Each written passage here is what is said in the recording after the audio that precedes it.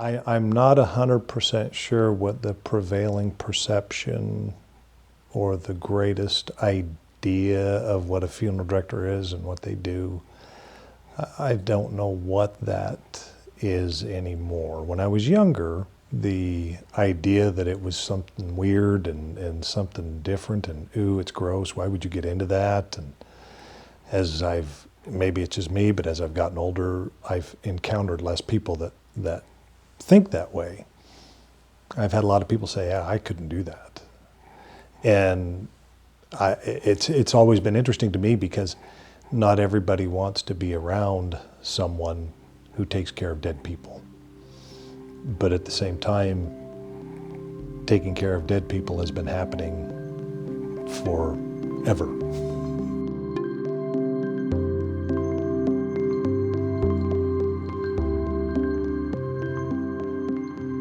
There's something about your guys' DNA that is just, because I'm not cut out for it. Like, to me, it's just weird. It's just, I wouldn't like it. But not that you love that aspect of it, but just, yeah, anyways. It takes a lot. It takes a lot of being able to be personable, not only with people you know, but people you don't know.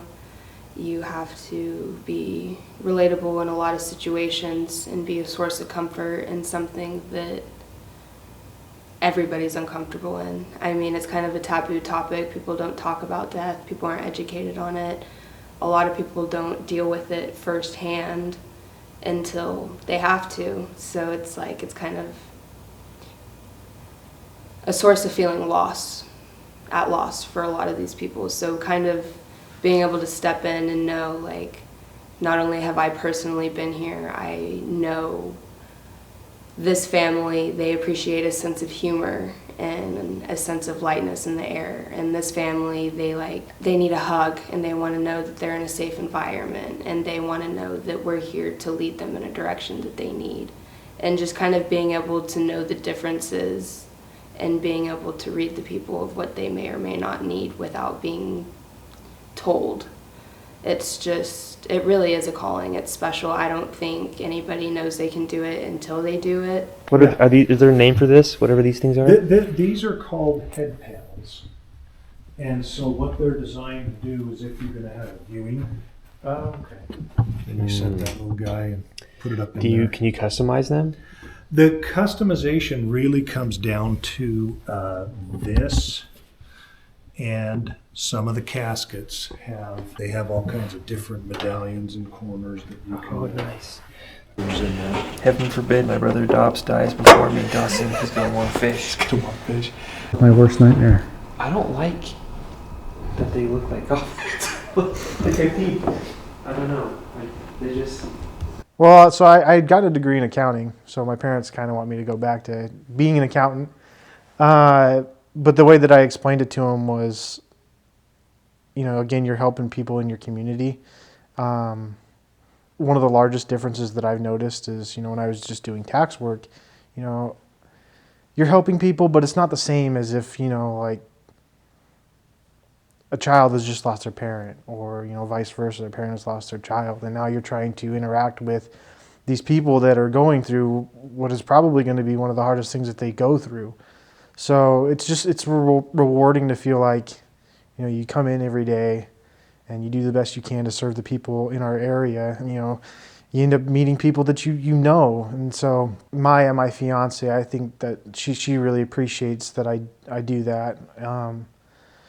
And she met me when I was doing this, so I mean it's nothing new to her. I just obviously don't go into detail, just because average people that aren't in the funeral home every day, they just don't understand some of the things that you end up seeing or end up having to do at times, and so it's just they don't want to hear it. So every once in a while you'll get people who nobody claims them. Nobody steps up and says, I'm this person's next of kin, I'll handle the services. So at that point it's turned over to the county, and the county will pay for the person to be cremated. And we have to wait till the county approves us for that. So sometimes it takes a couple months, and you'll just have someone in refrigeration for a few months while you wait for the county to say they can be cremated. So you can put someone in through the back with that hair, pick the casket up, slide them in. When you get to the cemetery, sometimes it's difficult coming out the back, and it'd be a lot easier if you can come out the side. So on both sides of this funeral coach, open this door, open this one. I don't know if you want to come over here on this side and... I mean, it is. Hearse, coach. I mean, everyone calls it something different. But you pull this seat forward. And now if it's easier to come out the side, you can come out the side. The one thing that took me a while to learn was, as this is coming out, you gotta keep the seat forward. Oh, yeah. And it's like my first time, I didn't know that. And so I pushed the seat back and it stopped. And I was just like, come on, like, it just stopped. And Dennis had to come up and he's like, you gotta do this. And then it started going again. I was like, oh. Whenever you hear stories or hear of incidents or watch some other shows on TV about, you know, funeral directors and morticians and things, the weirder the better, because I think that makes for better TV or better viewing. But it's not that way. And if there's anything I wish people would look at a little bit differently, is that this is part of life. They're normal people and they're just like us. It's just that this person doesn't think they can handle being around dead people. This person, they've shown they can. And literally, that's really the only difference. I could not go at my age now and do what I did when I was 21. Just don't have the energy, don't have the stamina. But I can't expect a 21-year-old to do what I have to do. The two don't translate and don't really work. So you heard earlier and were exposed to a family that I couldn't tell my 21-year-old apprentice to go handle that. It just kind of can be a little awkward to listen to sometimes. I had to do that. I had to take care of that. Not because I'm better, but because I've got more experience. I've been at this longer, and I was able to help them more than my apprentice would. There's stuff that comes up. I've picked up babies and kids, and when stuff like that happens, it's really sad, and I've gone home to my husband and cried and told him how sad it is. So like the end of 2024, I think, my brother passed away. And that was like my first time being on like the death side. Cause like I remember everything from, so like we left, it was really weird because we left on a Sunday. And I remember we got to like Riggins and got to the rest area, and I've never had cell service there. And for some reason a call came through, and it was from my brother's wife. And she's like, my dad thinks you guys should just drive all the way through tonight. And I was like, all right, well, that's weird. We got there at like 3 a.m, and she called me at 6 because he had fallen out of bed. And he was doing chemo, so he put on some weight. And I used to joke with him that he was my weight. Because he used to be like 145 pounds, 150 pounds. And I'm like, now you're like 250, heavier than I am. And I remember picking him up and putting him in his wheelchair. And I mean, we all knew what was gonna happen. We're all sharing stories, telling jokes, just kind of hanging out with him. He wasn't really saying much. The only time he did say something was when he sat up real fast and he was like, I have to pee. But he had a catheter in. We're like, just lay back down, you're fine. I remember I walked to the kitchen. They had a big wide open area that he was in. My brother's wife's dad, John, was his hospice doctor. I remember he took a phone call and walked away, and I remember like standing there and I could see everybody in front of me. And I'm like, this is like a beautiful moment. And then I remember I turned to look at John, and I hear out of Rochelle from over here yell, Dad. And I didn't even have to look. I was like, he's gone. And I remember kind of looking over there, and she was crying, and it got real quiet, and it was weird. Like, I've never been on that side of the death or anything, and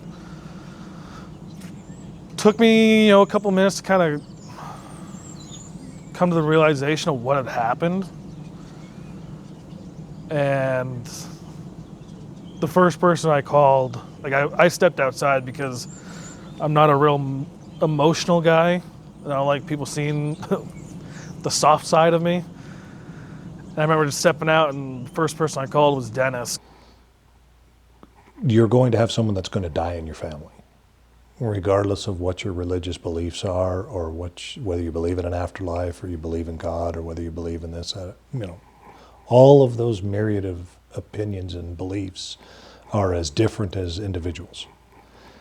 Everybody has their own take and their own belief. The thing that has helped me work best with that is when you have an understanding that this person that died was loved by someone, or had a family, or had children that want to honor that person and want to mourn with the family and support them. When you understand those basics, it makes it easier for you to provide what they would like by way of an opportunity to have a service, have a celebration of life, have a viewing, have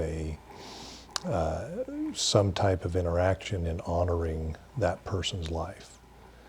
Whatever customs or beliefs dictate that, you help them as best you can to provide that. I remember he didn't answer, and part of me was like, oh crap. And then my coworker called, Jamie. He goes, Dennis is on the phone. He turned around and kicked me and said, call Brandon. And I let him know that my brother had passed away, and he passed away at like 2:30, and the funeral home showed up about 6:30. I remember they came. Part of me was when he walked in, I said, I'm gonna grade this guy on how he treats Rochelle, because I'm like, one, he's not wearing a tie. Whenever we on calls, we always wear a tie. What else did I say? I said, two, he's got goofy hair. Just trying to make light of everything. And I remember he brought the cot in, he was by himself, and he said, does anyone want to help? And me and my dad were the ones that we're like, we've done this, we'll do it again. I remember as we pulled him over, my dad looked at me and he was like, this is the last call I'll ever do. And I was like, is it? Because I'll probably call you later on down the road. That's the most personal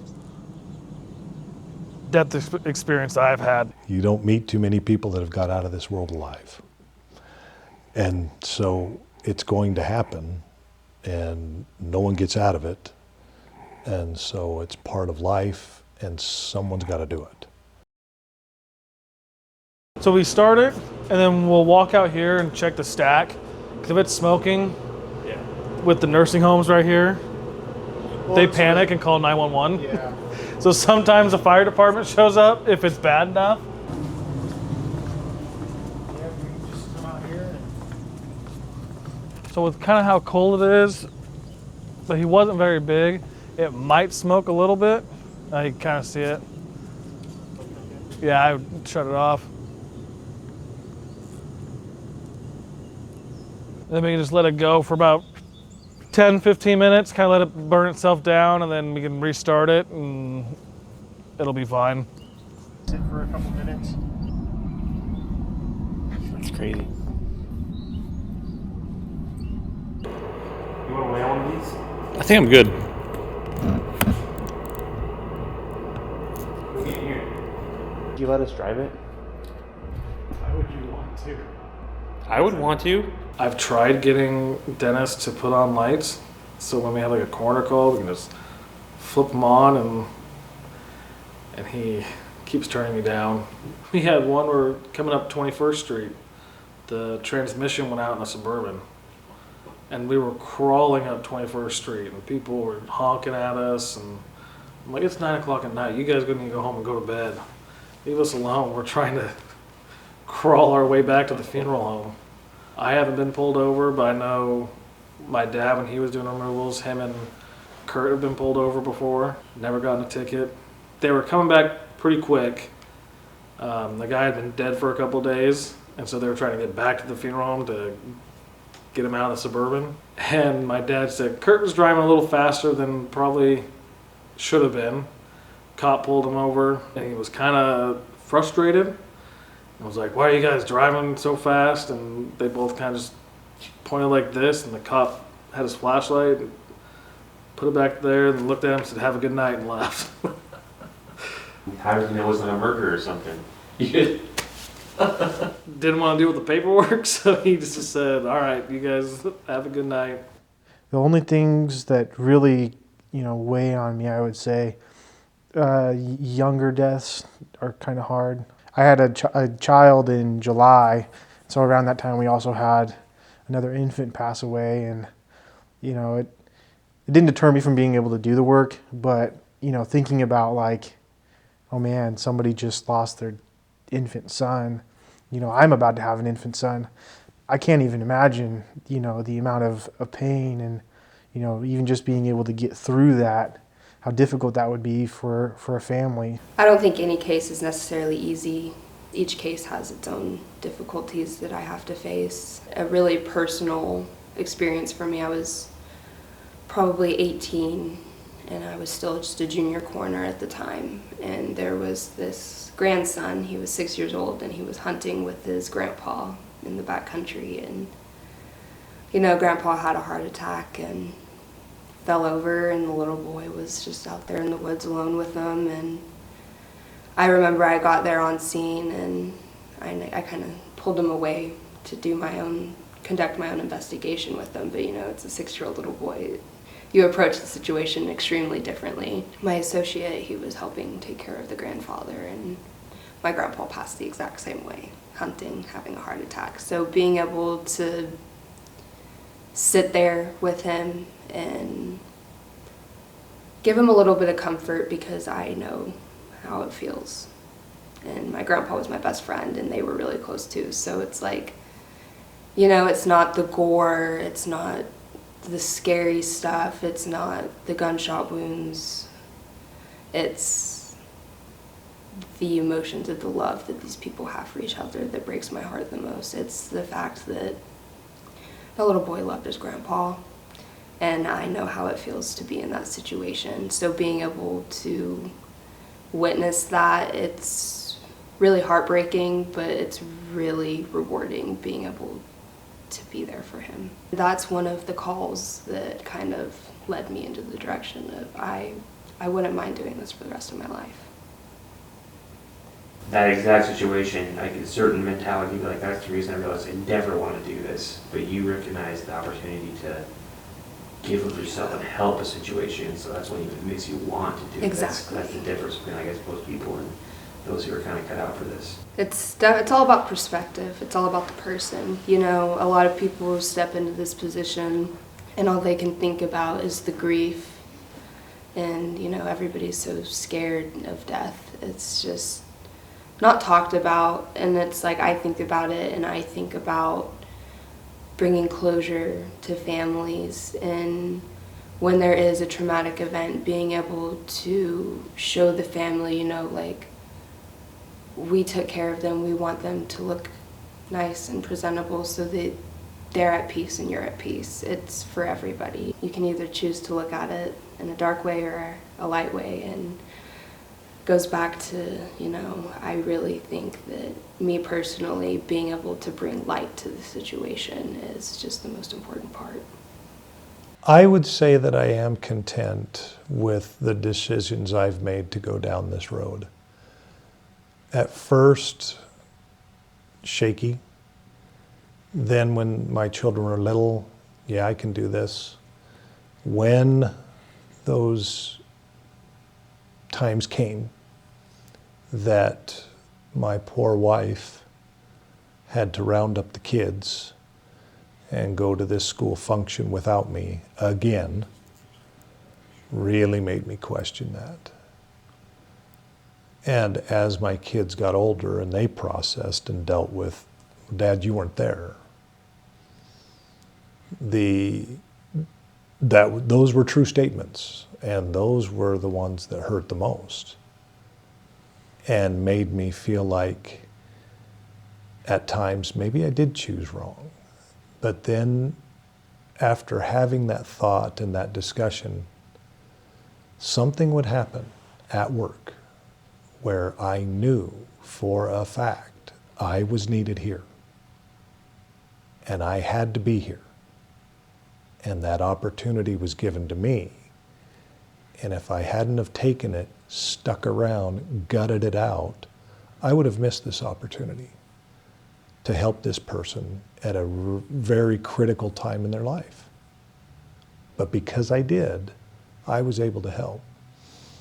Now, as my children have gotten married and are starting to have kids, I have a lot more time to spend as a grandparent with grandchildren. And my own children, I believe, see a little bit better of the choices that I made in this career to be here and not always to be at their functions, that though it wasn't perfect, it was what needed to happen.